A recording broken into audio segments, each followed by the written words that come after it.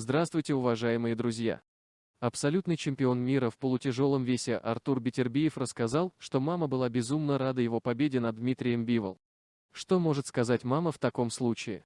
Она очень сильно переживала, была безумно рада, что все хорошо закончилось. Она всегда поддерживает и звонит мне перед каждым поединком. Очень сильно переживает и ждет моего звонка после боя. Я ей очень благодарен за постоянную заботу обо мне. Тем временем в команде Артура Бетербиева заявили о планах на следующий бой. Абсолютный чемпион мира по боксу россиянин Артур Бетербиев может отложить защиту титула по версии Международной боксерской федерации.